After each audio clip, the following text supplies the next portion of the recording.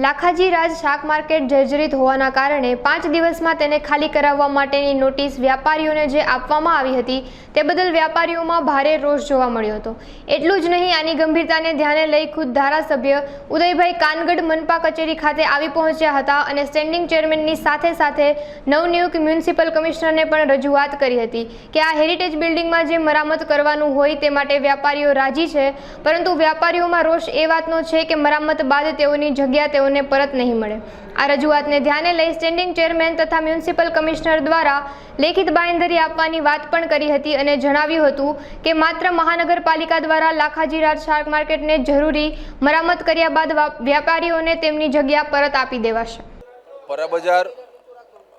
અને ધર્મેન્દ્ર રોડ અને ઘીકાટા રોડની વચ્ચે આવેલી રાજકોટની ઐતિહાસિક લાખાજી રાજ માર્કેટ કે જેઓ વર્ષો થયા એક જે જૂનું રાજકોટ હતું ત્યારથી એ માર્કેટનું અસ્તિત્વ છે। આમ કહી શકાય તો રાજકોટની પ્રથમ માર્કેટ પણ ગણી શકાય અને એ હેરિટેજમાં પણ આવે છે। હેરિટેજમાં બિલ્ડિંગ આવતું હોય અને જે કંઈ અત્યારે કોર્પોરેશનના અધિકારીઓમાં એક સ્ટ્રક્ચરનો રિપોર્ટ આપ્યો છે કે ભાઈ આ સ્ટ્રક્ચર છે અમુક જે ભયજનક છે, તો ગઈકાલે પરમ દિવસે માર્કેટના જે લગભગ 80-90 વર્ષ થયા જે લોકો 3-3, 4-4 પેઢીથી જેઓ બિઝનેસ કરે છે એમને તંત્ર દ્વારા ખાલી કરવાની 5 દિવસમાં નોટિસ આપવામાં આવેલી, પરંતુ વેપારીઓનું પણ એવું કહેવું હતું કે ભાઈ રિપેરિંગ કરવું હોય, કારણ કે હેરિટેજ બિલ્ડિંગ છે ને મેન્ટેનન્સ કરવાનું છે, કોઈ પાડીને સાવ એને ડિમોલિશન નથી કરવાનું, એમાં મેન્ટેનન્સ પણ કાંઈ પણ કરવું હોય તો અમે લોકો સહકાર આપવા તૈયાર છીએ। અમે લોકો સહકાર આપવા તૈયાર છીએ, પરંતુ અમને પણ ઇન્સ્યોરન્સ મળવું જોઈએ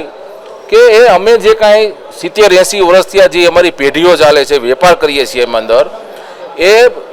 લોકો અમે રિપેરિંગ કામ થયા પછી અમને ત્યાં ને ત્યાં જ અમારે જે દુકાન છે કે જે કાંઈ માર્કેટમાં થોડો છે એ અમને જ લોકોને મળશે। આવી થોડીક ગેરસમજ હતી, એટલે હું લોકોના મનમાં સ્વાભાવિક છે ભય પણ હોય, એટલે બધા જ અમે સ્ટેન્ડિંગ કમિટીના ચેરમેનભાઈ શ્રી જયમીનભાઈ ઠાકર અને કમિશનરશ્રીને મળી અને જે કાંઈ ચર્ચા હતી એ અમે ચર્ચા કરી છે અને કમિશનરશ્રીએ કીધું છે કે ભાઈ રિપેરિંગ કરશું, પણ તમારા જે કાંઈ રાઇટ્સ છે રાઇટ્સ ઉપર કોર્પોરેશન ક્યારેય કોઈ પણ પ્રકારનું તમે હેરાન થાવ કે તમારા જે અધિકારો છે એ અધિકારોથી તમે વંચિત નહીં થાવ, અને અમે તમને લોકોને લેખિતમાં પણ આપશું કે ભાઈ આ રિપેર થઈ જાય એટલે ત્યાં જે જગ્યાએ તમે જે જગ્યામાં વેપાર કરો છો એ જગ્યાએ તમને વેપાર કરવા મળશે। લગભગ 104 વેપારીઓ છે અને ભયજનક બિલ્ડિંગ છે જ નહીં, ત્યાં આખું સ્ટ્રક્ચર છે લોખંડના બીમ ઉપર અને ઉપર નળિયા ને એવું બધું છે। બીજું જે દુકાનો છે એ કોઈ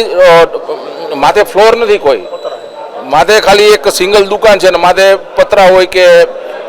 પાપડા પીટિયાનું હોય, અને એ પણ એટલા માટે પણ મૂળ હેરિટેજ છે એટલે દુકાનદારો પોતે રિપેર ન કરી શકતા। હવે તંત્ર જ્યારે કરતું હોય, બીજું આવી હેરિટેજ બિલ્ડિંગને જાળવણી માટે એની સાચવણી માટે કેન્દ્ર સરકાર, રાજ્ય સરકાર અને કોર્પોરેશનનું પણ બજેટ હોય છે કે આવા જે કંઈ હેરિટેજ બિલ્ડિંગો છે જે હેરિટેજમાં આવી ગયા છે ઓલરેડી, તો એની નિભાવણી, એની મરામત અને એક આપણો ઐતિહાસિક વારસો જળવાઈ રહે એના માટેની પણ જોગવાઈ છે। એટલે કમિશનરશ્રીએ કીધું અમે પ્રયત્ન કરશું। પ્રેમજીભાઈ સાકરિયા, એને અમે જે અમને નોટિસ આવી હતી એ પ્રત્યેની વાત કરી, તે પ્રત્યેની વાત કરતા કમિશનર સાહેબે અમને જણાવ્યું કે એને રિનોવેશન કરવા માટે અમને સહકાર આપજો, નોટિસ આપી એ કોઈ ખાલી કરાવવા માટે નથી, એટલે તમારી જગ્યા અમે તમને લેખિત સાથે આપશું કે જેથી કરીને રિનોવેશન કર્યા પછી તમારી જગ્યા તમને જ મળે, બીજા કોઈને નહીં। 24 તારીખે બપોરે આપવામાં આવી હતી ને તેમાં નોટિસમાં ખાલી એટલું જ જણાવવામાં આવ્યું હતું કે 5 દિવસની અંદર તમે માલ સામાન ખાલી કરો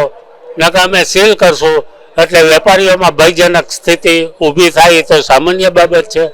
કારણ કે 80 વર્ષથી જે